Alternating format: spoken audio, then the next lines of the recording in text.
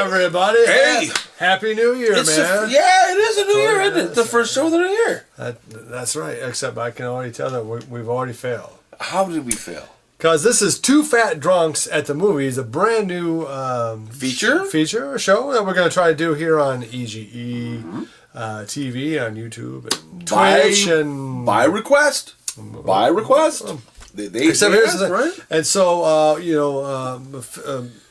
small film companies send us films to review. Yep. And so we reviewed one, and we're getting ready to review one, except I've already forgotten the title of the movie. LIFECHANGER. Oh, okay. From Uncorked Entertainment. Thank Christ. Right. One of us is at least. So that's the War Pig. I'm War Pig. I'm JDV, and welcome to Two Fat Drunks at the Movie. So, Life Changers? Life Changers is the name of the movie. I'm not going to tell you who's in it because nobody's in it. And that's not me being a dick. These are independent films. They're independent actors. You're not going to... Okay, Jane Smith's in it. It's an independent film, I guess, made in Canada. Looks to be made in Toronto. Apparently full of a lot of Canadians. Kind of a horror suspense film, and... yeah. So first, thanks to Uncorked for sending it over. Yeah, hey, great. Thanks a lot. I would say it's an interesting independent film. It's, first of all, it's not a sequel or a superhero movie, so right off the bat, something different. It's not a slasher film or anything like that. It's kind of like a vampire meets The Thing.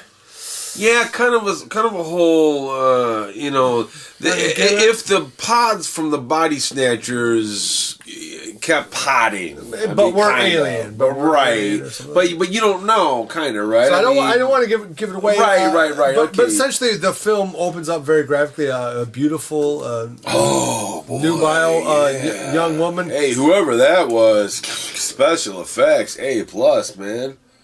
They put the money on the screen. Man, I will give you that. So it kind of starts off kind of gross. The practical effects in the film are good. The photography is fantastic. Titties unbelievable. Great review. Hey, look. Now that tells you. So this will be our last review. That tells you more right there than I guarantee you would have got out of Rotten Tomatoes. Yeah, there's a little TNA in the film for sure. Yeah, like most independent films, the acting's uneven, but the main gimmick is it's kind of like Fallen with Denzel Washington. That's a good one. Where that's a good comparison. Where the antagonist is constantly changing bodies, and fairly quickly. I mean, the process seems. Yeah, it's kind of like Shang Tsung in Mortal Kombat or something. Get over here! Yeah, like they sucks the body, and like the Thing, the monster gets the memories of the victim. Fatality.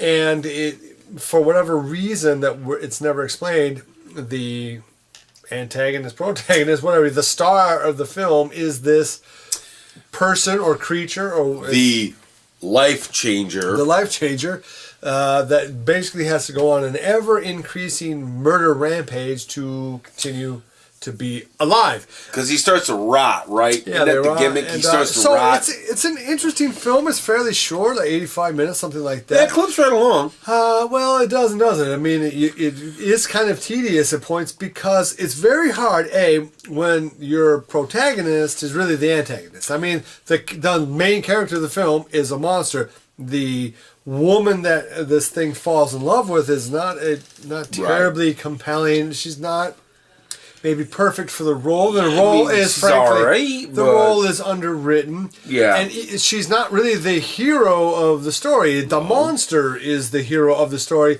and that's bad enough. Right. Kind of like a vampire film where Bela Lugosi is really the star of Dracula, of course, and he's the one you kind of root for.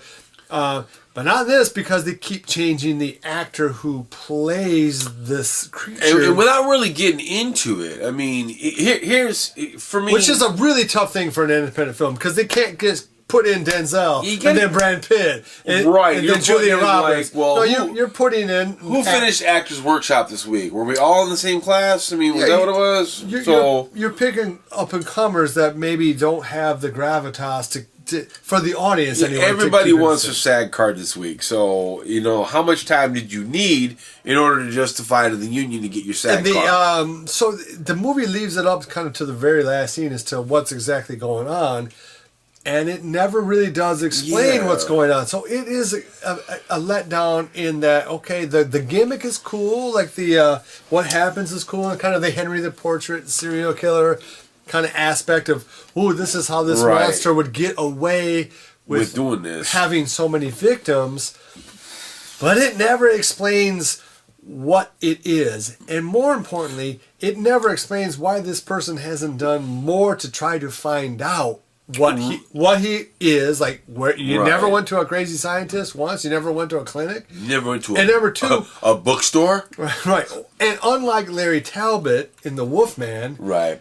doesn't try to lock himself up or kill himself Or even show the slightest remorse for what you're doing. no real remorse, and it's so it's an interesting film in that the effects are good, the camera work is good, the music's pretty Yeah, good. it looks great. The sound it really is effects nice. are actually pretty uneven. They needed some work on that. I mean, If you're gonna don't want to be a total dick. if you're gonna rent a Red Weapon or Epic or whatever they use for this film, Yeah. you ought to be able to have sound. So the sound looks, or the movie looks beautiful.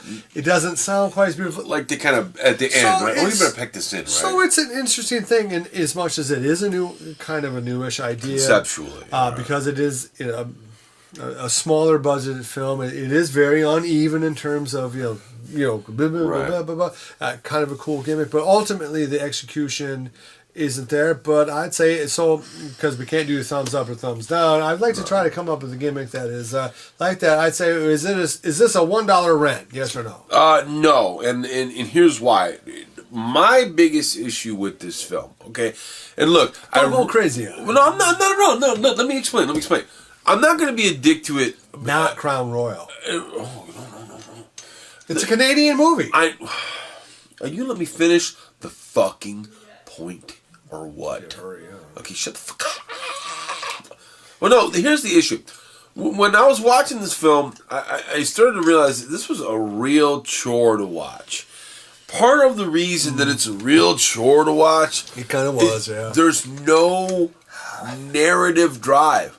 Like, this guy could have been doing this for a month, a year, 2 years, whatever. No one's chasing him. No one's hip to it. Yeah, there's no like Van Helsing after him. Right. There really isn't any story. It's just kind of a day in the life of a monster, really. If it's a day, how long is it? Well, he says at one point that he was born in '54, but even that's not. But even going that's not far. that old. Yeah, it's You weird. couldn't figure this out. Yeah, And no one else got hip. Like, no one picked up this pattern of weird murders. Like, okay, how many weird desiccated corpses you gonna have to find before you're like, detective. Well, no, they don't find any because he. It does show that earlier as this thing's life cycle. Yeah, he was going through and like hacking up the bodies and shit. It is the Henry. I mean, it's like, But oh, come on, somebody's gonna get hip after a while. But by not having a Sherlock Holmes or some sort of a detective, or even just an internet personality, Right. it means there's no hero, and there is no, Right. and there's no tension for him. I mean, Right, beyond really- the tension of him rotting. So, Well, you're right. a fucking murderer. What do I care? it puts you in the position of having to root for a monster. Really, Which in this case, like who kills like the Right. moms and dads of families, and so really kind of I mean, a you bad feel one. bad for the cop. You feel bad for the Right, so- everybody in it. But that said, I would say it's still a rental. If it's on Amazon or Netflix or whatever, check it out. Just because maybe you like it, maybe you find it very interesting. if only for the chick in the beginning. There are some good looking Cool. people. So for you, it's a non-rental. For Nope, me, non-rental. it is a rental. Yep. This is gonna be a new gimmick for us. So just these real quick. That 1-2 minutes, more like 10 minutes. But Yeah, because I don't want to fuck around too much. Let me just. You want to, please like, subscribe, and share. yeah, hey, Most importantly, allow the notifications of our new videos to come out. hit the bell. Sorry about the set, but our new studio was like 20 degrees. It is what it is. Yeah, Look, dude, it's it's not fucking winter. What do you want? Okay, I'm gonna freeze my fucking So happy balls off out New there. Year. Happy New Year, bro. Yeah, man. Right. We're going to have more stuff coming up. The next 2 episodes of Reanimator are coming out on YouTube soon. Great show. Our Ghost movie looks, Five Must Die, it looks to be distributed pretty soon. And we're going to start doing a series of shorts, maybe even like fan films like Star Wars, something like that. Just kind of Yeah, sure. Just kind of throw everything at the wall. Like Something for the kids. Yeah, Yeah, for the love kids, each other.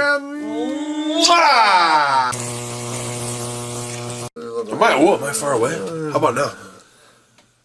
Oh yeah, that's just perfect. Be sure to visit evilgeniusentertainment.com for exclusive content, swag, casting call news, and much, much more.